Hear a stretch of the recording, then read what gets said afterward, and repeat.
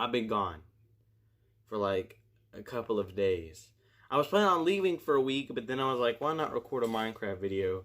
So that way they're not lonely, because you need me to... Oh wait, before we start, the video is called The Horn-Headed Man Animated.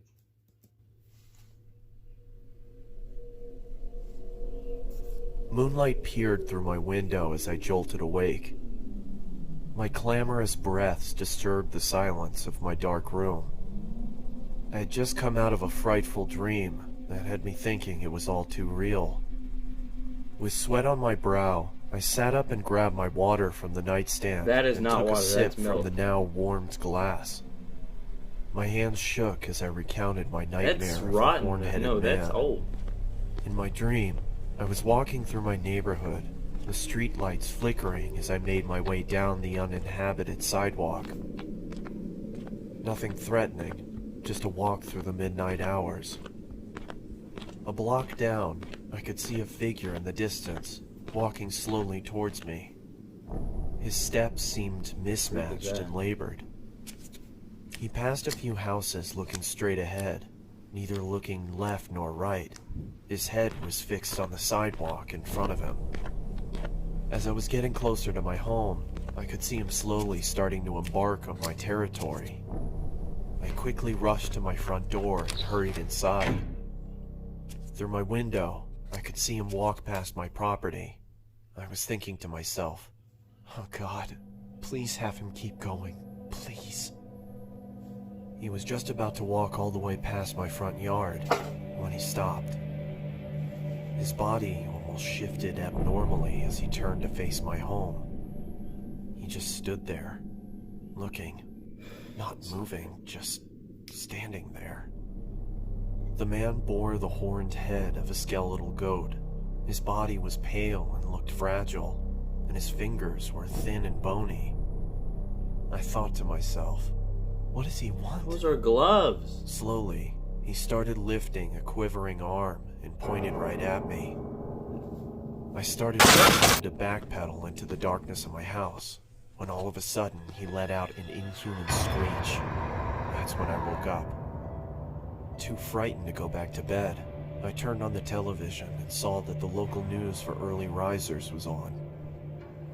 My stomach dropped, and my body suddenly turned cold as I listened to the current news report.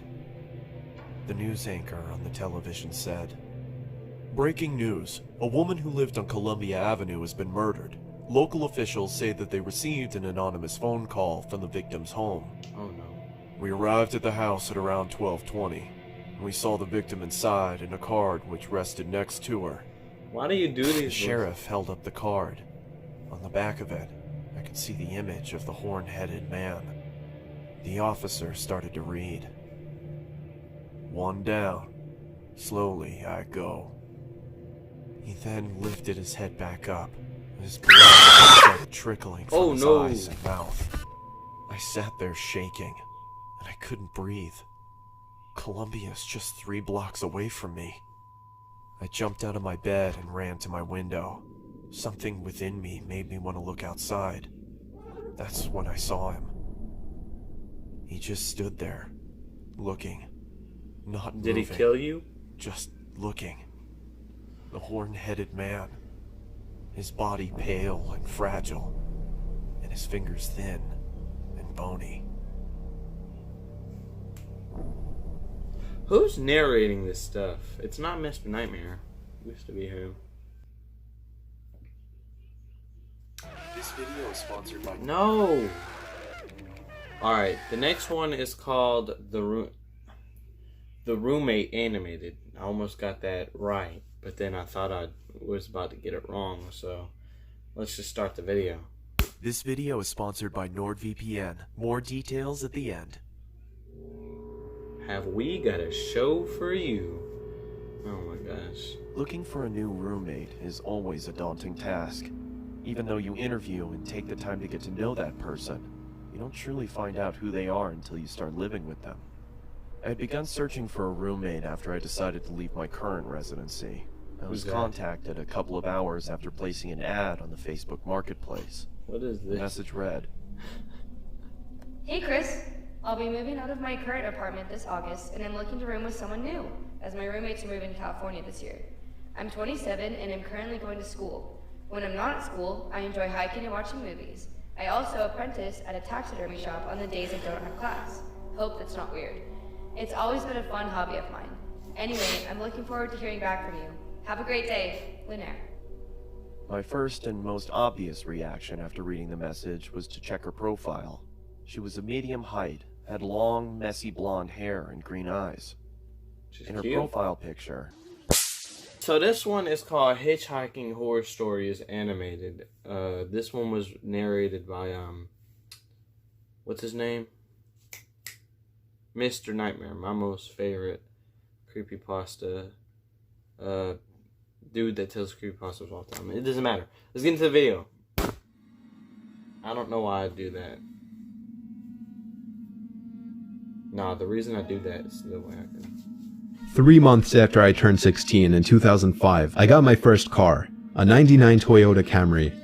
On a warm Saturday night, when my friend Alex invited me over to one of his friend's big parties, I knew I wouldn't be in a condition to drive the Camry home afterward. So we carpooled with Alex's girlfriend, Brianna. We lived in the countryside of Virginia, meaning less big parties. Meaning when there was a big party, it was a huge deal and everyone would go. We lived about 5 to 10 minutes away from this kid's house. I knew where he lived as I was acquainted with him, but not exactly friends. The whole ride there, we took the same 2-lane highway type road through the woods, and this kid's house was actually on this road further down. At certain points on this road, there were a few houses on either side, and then it would just go back to being a long, empty highway again. The house was tiny, like a lot of houses around the area, but the party was held outside anyways, since his closest neighbors were relatively far away, and noise wasn't an issue.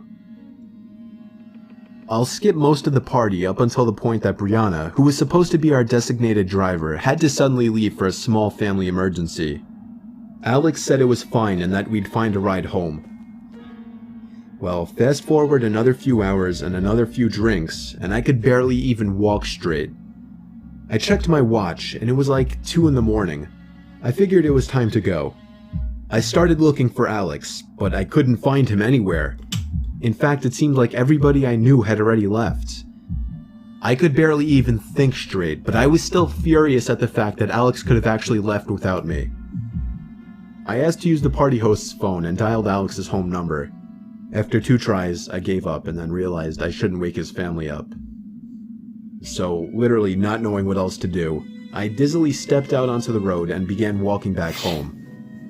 I knew this walk would take anywhere from half an hour to an hour in my condition. Maybe after 15 minutes of walking down the road, the slight shine of car headlights on the road was fading in from behind me. Jumping for joy inside, I lifted up my arm and stuck out my thumb. As the car neared, it slowed down and came to a stop right next to me. The man driving the '98 Ford Explorer rolled down the window and asked where you headed. I told him my house was just down the road and beyond a right turn, probably slurring my words beyond comprehension. He chuckled and told me to hop in. I thanked him and joyously hopped into the truck. I was exhausted, and I remember completely disregarding things the guy was asking me because I was so close to just passing out. And that's what happened. The memories of being in that truck turned to a fog, as I'm sure I passed out.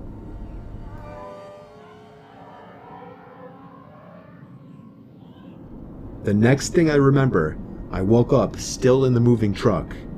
The guy looked at me and laughed, but didn't say anything. I looked around and realized the road we were on wasn't familiar. I nervously asked, where are we going? He then said, so what were you doing out this late anyway? As the man answered my very straightforward question with another irrelevant question, the sobering reality of the situation hit me. You can let me out anywhere, I told the man. The man responded with a firm no. I felt like throwing up as he said that. No, I really actually felt like I was going to throw up. I started to gag as I felt more and more nauseous by the second. The man took his eyes off the road to look at me, and that's when I thought of the perfect distraction. I turned in his direction as I continued to gag, and he started to kind of lean away and slow down the car. Thankfully, I drank as much as I did because I finally threw up and made a point of doing it all over the man's lap. The man yelled in frustration and stopped the car, and that's when I took it upon myself to run for my life into the woods and duck behind a few bushes. The man came following into the woods with a flashlight, and on 2 separate occasions, he shined the light straight over me without noticing. Eventually, I heard his footsteps walk even further into the woods past me. That was when I ran back to his truck, but unfortunately, he was smart enough to lock it. By some miracle, I saw another car approaching in the distance, and I ran out into the middle of the street, waving my arms like a lunatic. The car tried to avoid me, but I wouldn't let it. They were forced to stop, and I yelled at them to help me before they came back. Once I told them that I was kidnapped by the man who was driving that Ford Explorer, the driver agreed to give me a lift. Not to the police station or anything, but to my house. I made it back safely, where I couldn't thank the driver enough. I immediately woke up my parents and told them. My dad wanted to know if I got his tag number, and then I felt like punching myself in the face. I failed to get the simplest information from the guy that would have allowed me to actually properly report him. All I knew was that he drove a faded blue '99 Ford Explorer. I made sure to give Alex a piece of my mind, and part of me always held a grudge against him ever since just for abandoning me at a party without telling me. I haven't seen him in 4 years now, however, and this was actually the first time I even thought about this incident for almost a year now. As time goes on, even the worst of memories may start to fade, but after writing this to share with the internet, it's once again fresh in my mind.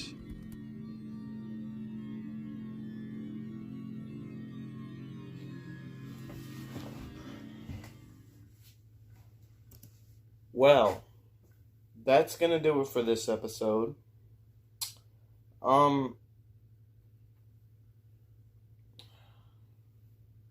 If you guys want to see me react to more Llama Arts, then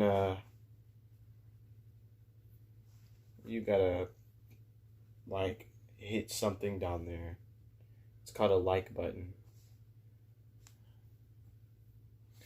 I'm sorry, I thought you were that dumb to not know what a like button is, because you still haven't hit it. Alright. Well, anyways, it doesn't matter. Actually, it does. No, it doesn't, because I don't... Anyways, hopefully you guys enjoyed this episode of Llama Arts. If you want to see this, like I said, just ask me, I guess, this time, because I don't even know why I want people to hit the like button. I don't know what it does. It doesn't, yeah, hopefully you guys enjoyed this episode, and I'll see you guys in the next one. Bye.